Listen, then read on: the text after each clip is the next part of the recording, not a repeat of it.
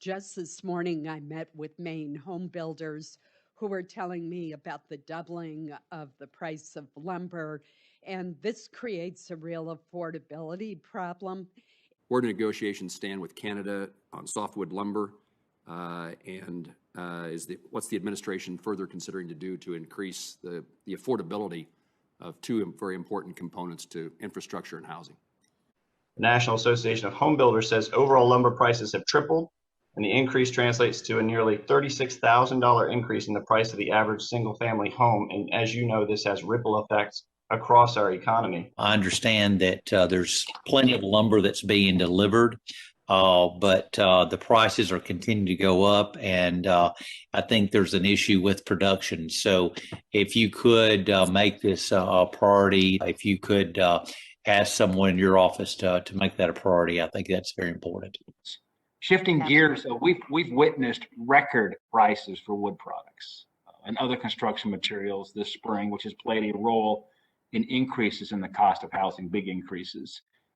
Thank you, Secretary. I know that some of these shortages and price issues are also due to global supply chain issues, particularly lumber shortages that are contributing to rising construction costs. The initial COVID-related disruptions in demand for lumber used in home construction and remodeling far exceeded the supply being produced by mills, causing prices to more than triple. Yesterday, I met with the Iowa Association of Home Builders.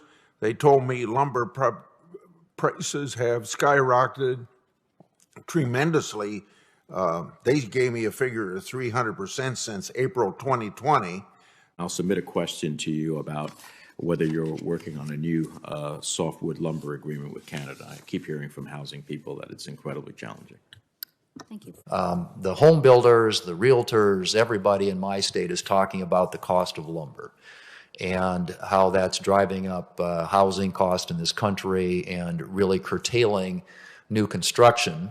I'm on the floor today to speak about the price of lumber, the impact of the soaring costs that are having on home builders and on home buyers. This has a real life impact on my district, where we just lost thousands of homes because of the deadly fires that we experienced. The surge in lumber prices is making it harder to rebuild. This is hurting real people already reeling from these fires. I know right now we're hearing the conversation now about the price of softwoods has gone up 400%. I have friends in the hardwood business. Also, I know earlier Mr. Pascrell raised the issue around the lumber issue.